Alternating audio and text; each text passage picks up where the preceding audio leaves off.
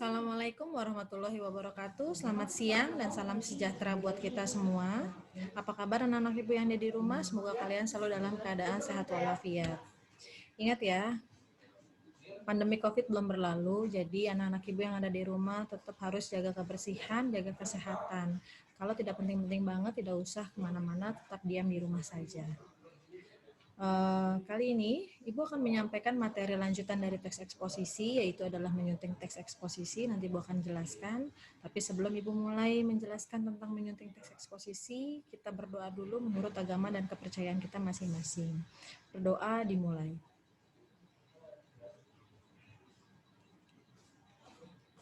Berdoa selesai. Kegiatan menyunting teks eksposisi ini bisa dilakukan jika kita sudah paham apa itu tentang teks eksposisi.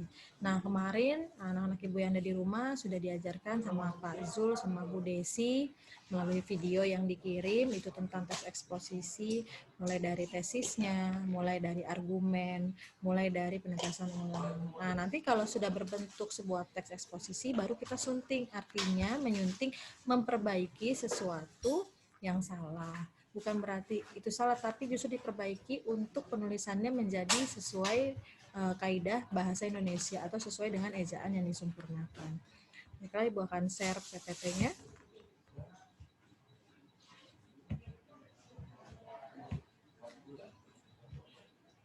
Oke, kali ini ada tentang menyunting teks eksposisi. KD-nya adalah kegiatan menyunting teks eksposisi. Tujuan pembelajarannya adalah diharapkan peserta didik mampu melakukan kegiatan menyunting teks eksposisi. Apa sih kegiatan menyunting? Artinya adalah memperbaiki, membenarkan, mengefektifkan. Itu artinya menyunting. Nah, berarti kalau misalnya kegiatan penyuntingan itu adalah memperbaiki, ada langkah-langkah yang harus dilakukan. Langkah-langkah ini dilakukan adalah pasca penulisan sebuah teks. Jadi ketika kita sudah membuat teks eksposisi, kita baca ulang kembali apakah ada yang salah atau tidak. Nah, itu namanya dikatakan bagian dari penyuntingan. Unsur-unsur yang perlu disunting dalam teks eksposisi biasanya berkenaan dengan aspek isi, struktur, sama kaidah kebahasaan. Yang pertama,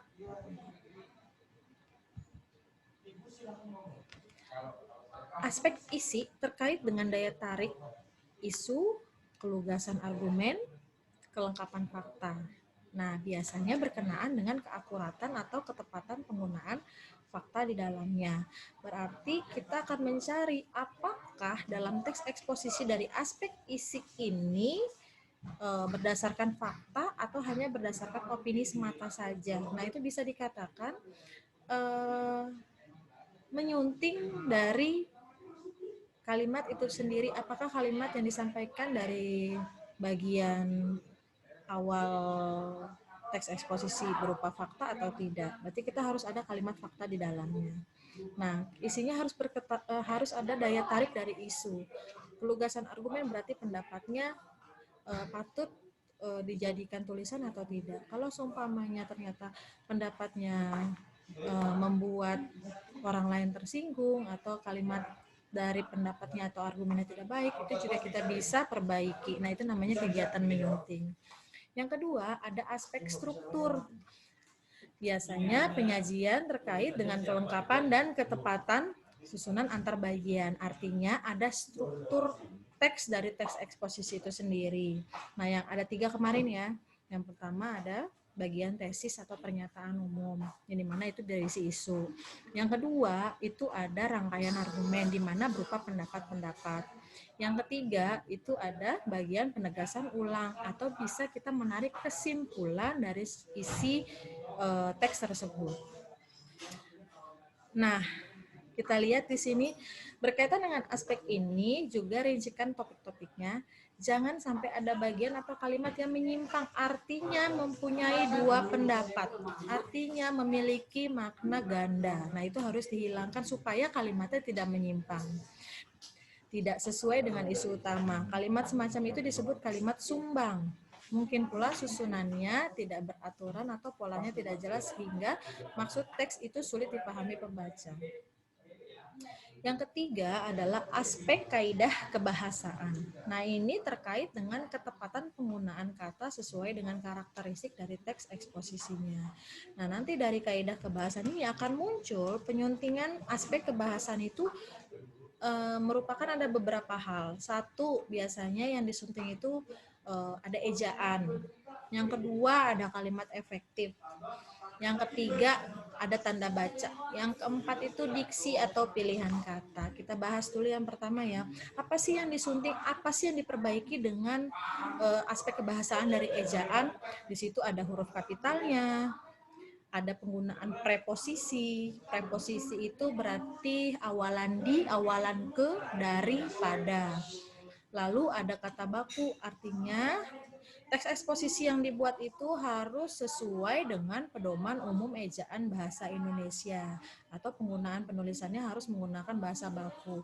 Jadi kalau ada pendapat orang yang menyampaikan isu tersebut dari teks eksposisi itu harus berdasarkan fakta, walaupun mungkin kalimatnya banyak kalimat sumbang atau negatif. Nah, tugasnya adalah bagian menyunting ini memperbaiki, berarti harus sesuai dengan kata baku. Terus tidak boleh memiliki makna ambigu atau makna sumbang, artinya memiliki makna ganda atau memiliki orang itu akhirnya ketika membaca memberikan pendapat yang lain dari isi yang kita tulis. Nah, itu dihilangkan, makanya ada ejaan. Kalau huruf kapital tahu ya, penggunaannya biasanya di awal, nama orang, nama daerah, nama kota, nama negara, terus penulisan di awal, setelah titik, setelah tanda baca itu harus menggunakan huruf kapital. Penggunaan preposisi misalnya di sana itu harus dipisahkan. Jadi kalau misalnya dilakukan itu bukan preposisi karena itu hanya ada awalan di dan akhiran an. Kata dasarnya laku. Diserahkan itu juga bukan preposisi karena itu awalan dan akhirankan. Jadi yang preposisi itu yang biasanya merupakan kata tempat, di mana, kemana, di sana, ke sana, dari Bogor. Nah, itu berarti penggunaan awalan yang menggunakan kata tempat. Yang kedua, ada kalimat efektif. Artinya adalah penggunaan kalimat yang tidak berlebihan atau tidak mubazir. Artinya kalau misalnya tidak berlebihan, misalnya Kepala Sekolah SMP PGRI Depok 2 Tengah. Nah, Kepala Sekolah SMP. Sedangkan SMP itu singkatan dari Sekolah Menengah Pertama. Jadi kalau dijabarkan, itu kalimatnya tidak efektif. Kepala Sekolah, Sekolah Menengah Pertama, berarti ada nama dua sekolah. Nah, satu harus dihilangkan. Ya, gimana cara menghilangkan? Kepala SMP PGRI Depok 2 Tengah, karena SMP sudah singkatan dari Sekolah Menengah Pertama. Itu berarti merubah kalimatnya menjadi kalimat efektif dan tidak berlebihan. Jadi kalimat efektif, kalimat yang tidak berlebihan atau tidak mubazir ya. Yang ketiga, ada penggunaan tanda baca. Nah, ini yang biasanya orang sering salah dalam penulisan, itu biasanya penggunaan tanda baca yang tidak tepat. Penggunaan tanda titiknya, tanda komanya, tanda titik duanya, tanda kutipnya, tanda seru, tanda tanya, garis miring, tanda strip. Nah, itu harus digunakan secara tepat penggunaannya, kapan kita menggunakan waktu titik, kapan kita menggunakan pakai tanda baca koma. Nah, berarti harus dipelajari lagi dengan baik penggunaan tanda bacanya. Jangan sampai kita menuliskan informasi atau kita menuliskan sebuah teks tapi kita nggak ada tanda baca komanya, nggak ada tanda serunya. Biasanya kalau kutipan itu digunakan untuk menyatakan pendapat orang lain, misalnya menurut BMKG hujan kali ini disertai dengan angin kencang merusak. Nah, berarti kan ada kata menurut BMKG. Nah, itu bisa menggunakan tanda kutip karena ada penggunaan kalimat tidak langsung. Kalau misalnya penggunaan tanda garis miring biasa digunakan saudara-saudari, atau bisa juga digunakan kalau di media massa itu atau di teks-teks tertentu biasanya untuk penggunaan tanda tanggal, misalnya 12 garis miring 9 berarti 12 September. Nah, tanda strip ini biasanya digunakan hanya untuk hal-hal tertentu saja ya kalau dalam sebuah teks. Jadi yang sering digunakan itu biasanya titik, koma, titik dua, tanda kutip, tanda seru, sama tanda tanya.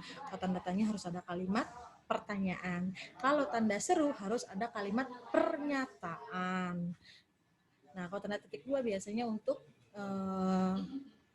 membatasi kalimat yang satu dengan kalimat yang selanjutnya. Contoh misalnya, Ibu pergi ke pasar membeli titik dua sayur, buah. Nah, berarti itu lebih memperinci apa yang dibeli si ibu, biasanya penggunaan tanda titik duanya itu. Jadi penggunaan tanda baca ini harus digunakan secara tepat.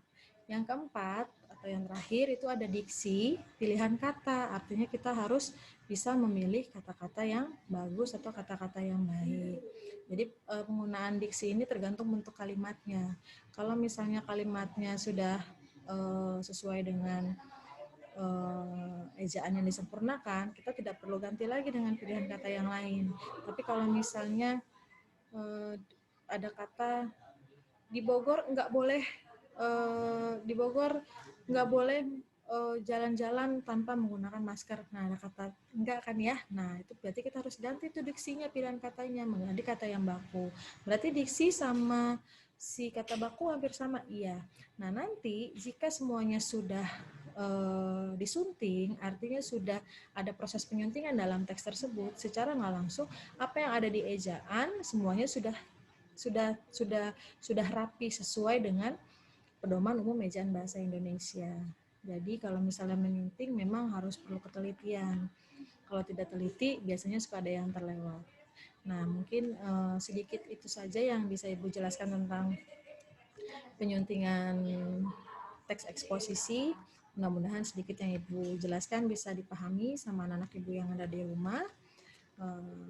Kurang lebihnya mohon maaf. Sampai ketemu lagi di pertemuan selanjutnya. Nanti pertemuan selanjutnya hari Rabu itu kita ada ulangan bahasa Indonesia ya tentang teks eksposisi. Nah, pelajari aja materi yang sudah di-share sama Bu Anita, yang ada Bu Desi, yang ada Pak Zul, dan ada Bu Anitanya. Nanti insya Allah kalau kalian sudah belajar dengan baik, bisa mengerjakan ulangan teks eksposisi juga dengan baik. Sampai ketemu lagi di pertemuan selanjutnya. Terima kasih. Assalamualaikum warahmatullahi wabarakatuh.